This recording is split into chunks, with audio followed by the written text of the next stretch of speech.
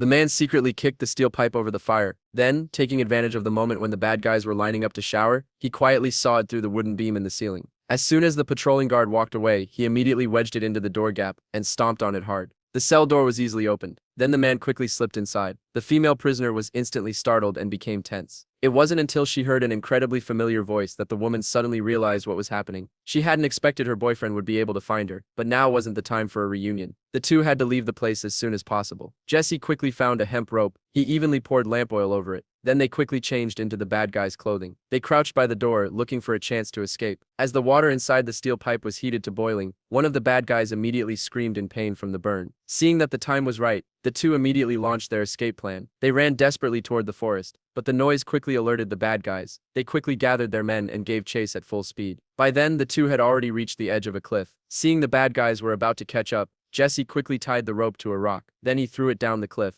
Next, he tied a tight knot in the rope and firmly secured it around his girlfriend's body. He sent her down first to the bottom of the cliff, but since she was descending too slowly, the bad guys had already arrived at the cliff's edge. Fortunately, at the last moment, the two successfully reached the bottom. The bad guys tried to use the rope to continue the chase. At that moment, Jesse pulled out a match and lit the end of the rope. The lamp oil-soaked rope quickly burned all the way up. The bad guys had no choice but to give up the chase.